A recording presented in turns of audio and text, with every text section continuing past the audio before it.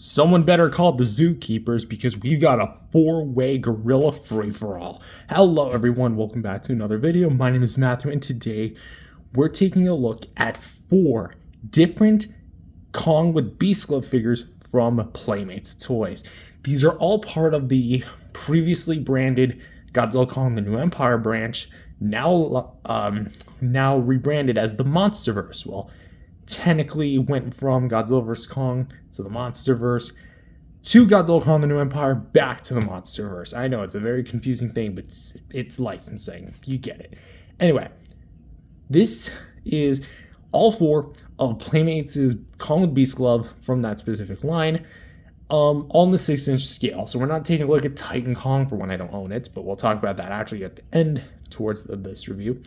We're not taking a look at Giant Kong, we're not taking a look at Mega Kong, not that mega punching Kong, the one that like rolls and I think roll in battle Kong, that's what it's called, not the minifigure, no, just the 6-inch.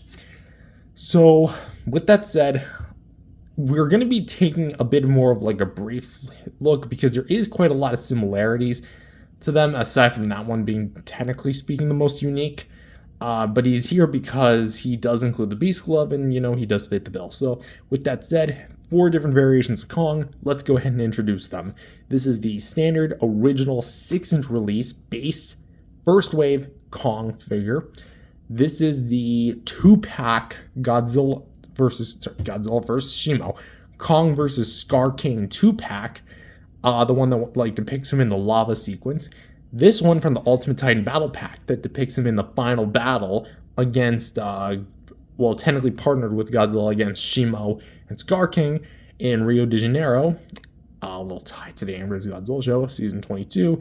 And, of course, the Real Feel Kong, which is going to be my newest acquisition of the bunch. Now, it should be kind of worth noting that this isn't necessarily one of those figure war videos I'm commonly used to doing. It's just kind of like a generalized comparison between the differences and similarities of all 4 Kong figures at hand, but I think I've rambled enough, even though it's kind of what I'm known for. Let's go ahead and take a look at the accessories for starters, which 3 of the 4 Kongs here come with a HEAV.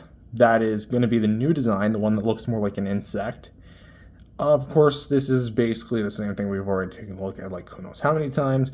We have the back thrusters here, which are like 4 or 5 prongs here. We have like little compartments to help it sit better. I think this is it like when it's in neutral, because these things actually like twist and like it's kind of weird that they're stuck in this position. Like if only there was like some sort of posability where you can like swivel it, that would have been a lot better. But it's basically all in like this kind of shiny silver, identical, not the same, but identical to what they could do with Mechagodzilla. But you can actually see there's like glitter infused in there. That's pretty cool. You can see the cockpit. Looks pretty nice, little mold line. So these 3 Kongs do come with this. And there's a bit of a problem here. They all look the exact same. For all I know, because I did swap them and they're all on the shelf, this could go with this one and this one could have went to this one. The only reason I'm able to identify which one's which is because this one is warped and that one came with this one. As for this one and this one, nothing really warped per se, but you know, it's like fool, like round and round and goes, what'll stop, no one knows, that type of thing. In my personal opinion, this was the wrong way to do the HEAVs. I think that they should have been different colors. You might be saying, oh, well, they don't change color. Yeah, they do. In the movie, it's actually a pretty distinctive plot point that they do, in fact, change color, and they're able to camouflage or mimic the colors of other Titan creatures. I don't remember the name of them, but they were like these very creepy looking bird type Titans. I mean, they weren't even necessarily birds. They were flying Titans. I can't even use the word Titan because of how small they were in comparison to the actual Titans, but whatever, Hollow Earth creatures that were like yellow and black, so these things mimicked that color scheme, even though you have a whole trail of energy trailing behind them, so. Anyway, so I feel like they could have done that in this color scheme, but I mean, because here's what I don't understand. Years ago, they did the Godzilla vs. Kong wave, right, as their first one. They had several HEAVs come out, but they were different colors. The one with the skull color was like a gray. The one that came with Mechagodzilla was green. So why they couldn't just do the same with these is kind of questionable to me. And honestly, just kind of comes across as, I hate saying this, lazy, because fundamentally, there's really no use to the HEAVs. Yes, Kong can hold it like this, like using his hand. Let's actually grab standard Kong here, or I guess technically standard release Kong with B.E.A.S.T Glove. Shove that big bottom prong in there, and he can actually hold it pretty well. Like, yeah, he's not letting go of this anytime soon. So really, he does have a good grip on it. But the thing is, he doesn't really, say, interact with it in this way. What I'm pretty much saying here is, I feel like the HEAVs, like, okay, first release like this, fine. Let's put this away. The second HEAV should have had a different color scheme or maybe a different mold. This HEAV, being part of the Ultimate Titan Battle Pack, was released like nearly a year later. That's not really that good to me. So you basically get 3 HEAVs. Okay, big whoop. Awesome. The HEAVs were never really that impressive as far as like the actual detail. They were like fun. Anyways, yes, I'm rambling. What does he have? He actually technically comes with nothing. The B.E.A.S.T Glove is not detachable. He doesn't come with any sort of accessory, no battle axe. It's kind of weird because, yes, he does come with his gimmick, but we'll talk about that in the detail department. But as far as like accessories, doesn't really come with anything. So these guys come with something, the real field does not. So that's going to be that for side. So let's put the HEAVs to the side.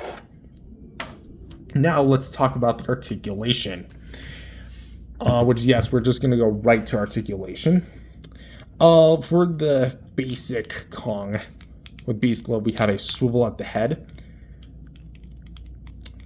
Has it ever done that? Hold on. Let me run that back. Okay, I heard like a crack. I was scared that I broke it.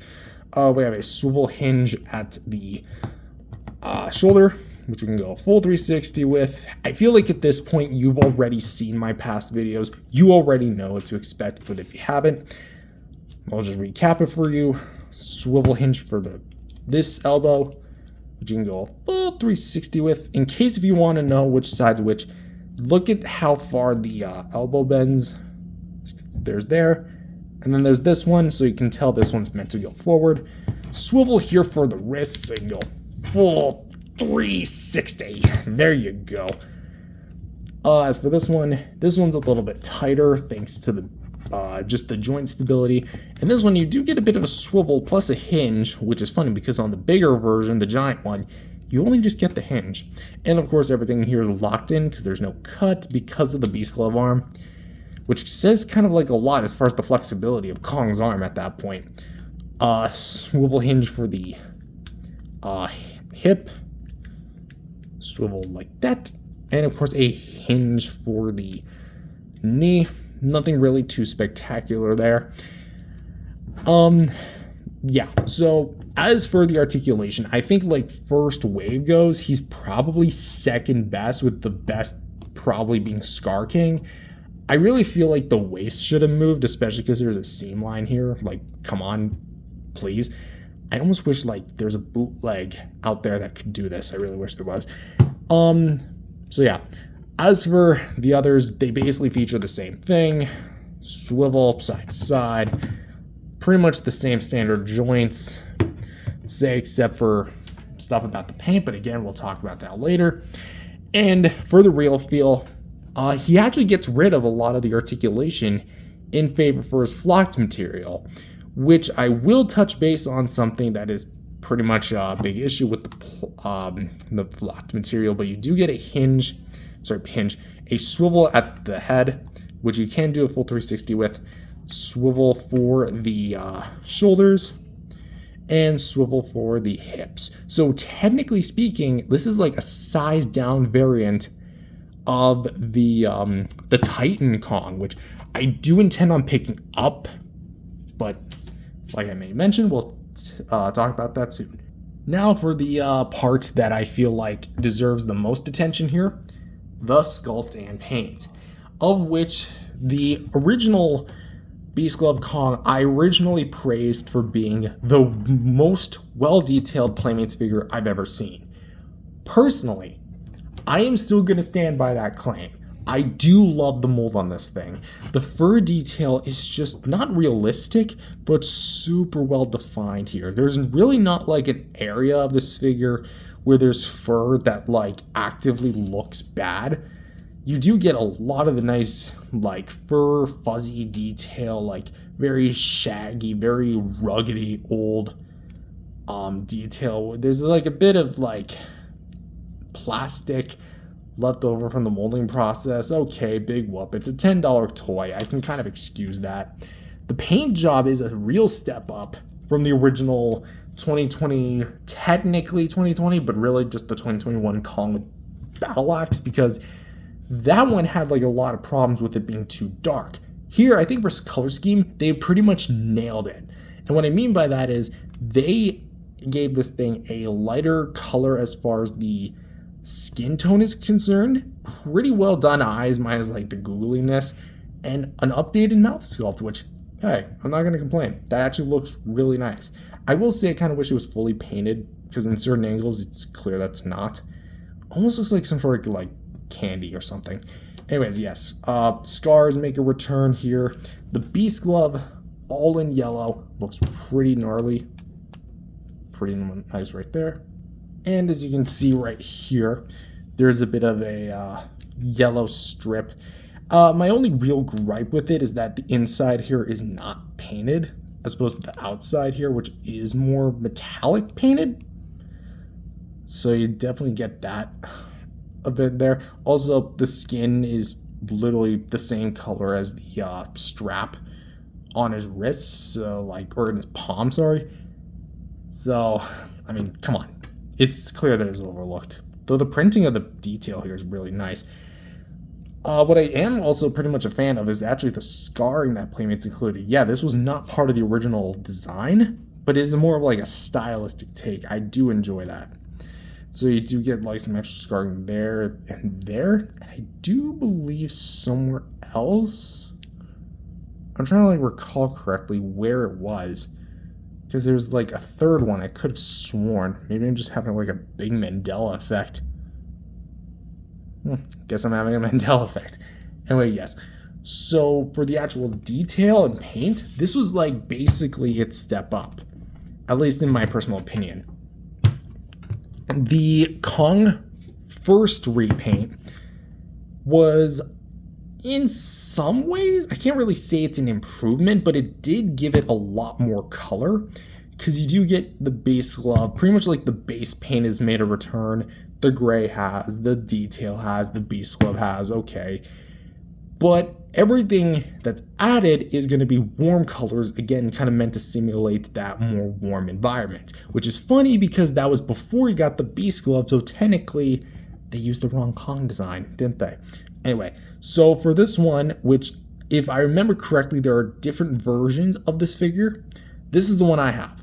So you have like a strip of black paint plus the red paint here, topped with a yellow backing, that together make a like a bit of orange flare.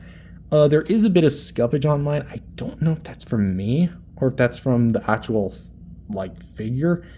We do have like some yellow spray down here, then kind of moving down towards the forearm region. We do have a kind of like a stripe of orange. Same here, big stripe of orange all the way down here, then the 2 splotches of orange. Once we get to the back, this is kind of like where the complaints kind of start lining, because they're virtually the exact same from the back. You won't be able to tell, like, really, like, at all which one's which. Like, here, let me try something. Try guessing which one's which.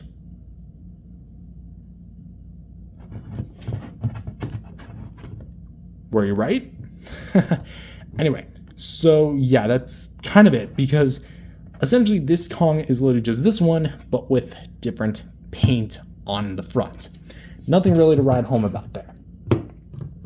As for the final battle variant, it is more of like the snowy texture on him, because in the final battle he does kind of get sprayed with a bunch of snow, and then he also has different colored eyes which are looking to his right, which looks really cool because there's like that one shot in the movie where he has like a close-up of his eyes and they do appear more black and whitish, so that's a really nice touch. So pretty much like this whole upper right section of his body is going to be covered in like the snow, which is funny because Shimo doesn't really do snow, she actually just frosts, so take that for what you will.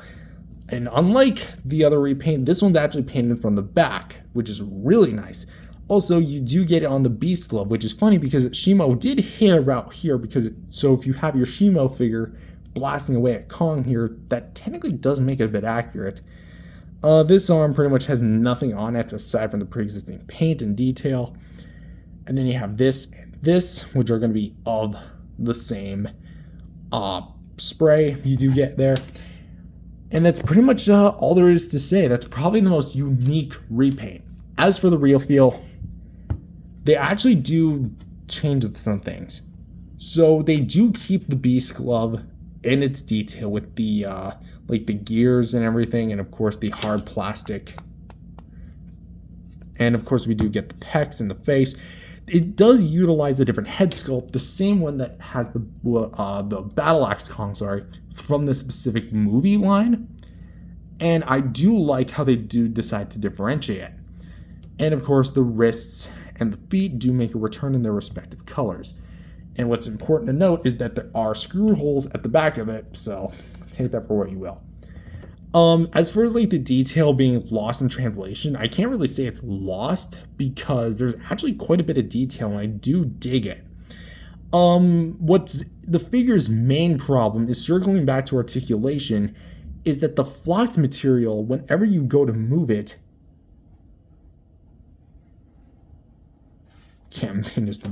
it's proving me wrong. So when you go to move it, it starts like shedding. Like, let me move this arm. Basic 360, any person can do this. Like, there's so much gunk. Like, this part fell off earlier. I don't know how many people caught that. During my original review, I literally did this and like literally slivers of them started popping off. Let's go with the leg. Ready? Alright, surprisingly nothing. But still, it is a kind of a bit of an issue. Oh, see? There you go. See that? It's rolling. And it's growing bigger. That is the figure basically killing itself. Look, I get it. It's a $10 kid's toy.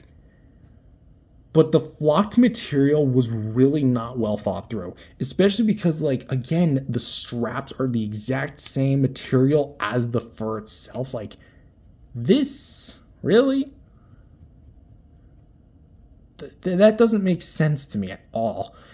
So really, in my personal opinion, the flocked material is one of the things that was done really well in concept, but not so much in actual execution. I do enjoy the idea of having a flocked Kong. It's just, I'm not fishing it out again, but the Funko flocked Kong that I have is a lot better than this because it's actually softer and it won't destroy itself whenever you move it. Then again, the Funko figure only has 1 point of articulation, this has 5, but still, it's also not the right color as I'd want it. Instead of it being a more brown, they decided to do it like almost a dark charcoal jet black. And honestly, it looks more like the classic animated Kong than the actual MonsterVerse Kong, which is a bit more of like a brownish color because you can clearly see there's clearly a color difference between the two. So that's why, like, realistically, the flocked Kong here, the real feel Kong, just doesn't really live up to my expectations. So if I had to really like rate all these 4 Kongs, I would actually say this guy, trying to really think about that. I got it. This guy in first, second, third, fourth. Reason why he's above him is because I do personally enjoy his paint application and more unique design than his base neutral Kong, but he's like nearly there. This one, I do think that like his colorization is just a bit inferior to this one, and the real feel just is not my cup of tea. So bringing the accessories back into play, because they actually are getting rid of the battle damage on these figures, which I guess rip battle damage 2020 to 2024 if you were to count the Godzilla reissue. That's basically it for the Kongs here. I would also like to take this last bit of time to address something about my collection, as which, because I don't really think I have been really talking about it recently, so let's go ahead and address it. I am going to be, aside from these last 2 figures I have, because I'm not entirely done the set, I'm just going to say I'm missing One Eye. He's going to be my next figure. Tiamat, which I'm still trying to track down, and then Titan Kong, the one that's supposed to go with this giant Godzilla as the big centerpiece of it all. I think aside from those figures, I am done with Playmate stuff. I know, sounds like a big claim for me, but here's the thing. I have been collecting Playmate stuff for the better part of the last few years, and since I started collecting, it's basically taken up a large percentage of my collection. The Playmates minifigures, they take up a little bit of space. Okay, whatever. Since I've collected the classic line, I have like, how many of the classic figures? Not all of them, but a good large margin of them. I have like a whole section of my shelf dedicated to Godzilla Kong the New Empire, with only one figure not being from Playmates, and that's the NECA bootleg Evolved. My Godzilla vs. Kong toys, pretty much like 95% of them are GXK stuff. The Monsterverse, I have the 2014, Ghidorah, and like 3 Kong Skull Island figures. And as for the others, like the classic line, they aren't as much, but there's still a lot of them. I have like both of the Shin Godzillas. I have the 2004 Gigan. I have Space Godzilla, Destroya. I have a lot of them. Bottom line is, I've enjoyed Playmates. I really do. But I also feel like I want to go back to not just sticking with one company just for convenience sake, and actually push myself to go back and finish what I started. Go to that certain action figure line that I've been collecting for the past 10 years as of this year. The one that started it all. The one line that I have only 3 figures left. The one line that I still have unfinished business with. NECA? You get it? Yeah, I still have like 3 more NECA figures. Anyway, that's just like my personal update. I don't really plan on getting Burn Godzilla, Poster Mothra, the reissue of Kong Skull Island. I don't need those. The Roll and Battle figures I don't need. The Mega figures are cool. I considered them at one point. I'm also just running low on shelf space. I'll admit it. I do need another shelf, but like aside from that one more shelf, I think I've like maxed out as like how much stuff I can get. Because again, I don't have that big room anymore. So there's that. And plus I think just like if I ever like have to move again, the transportation of these things does have to be like very convenient for me. So I am going to have to like slow down. And just because like the NECA figures are going to be a bit more expensive than usual, because I did check it and it looks like I'd have to pay a pretty penny for those last 3 NECAs. Yeah, that's just pretty much my perspective on the collection. So once I'm done with those 3 last figures, Titan Kong, One Eye, and Tiamat, I'm done. At least for now, indefinitely, I am done with Playmates. Playmates does a really good job, and I hope people keep collecting them. I'm just not one of them anymore. But with that said, going back to the topic at hand, if I had to give a recommendation over which Kong to pick, it would be this one. These ones, I would say, if you're wanting the other Titans, sure.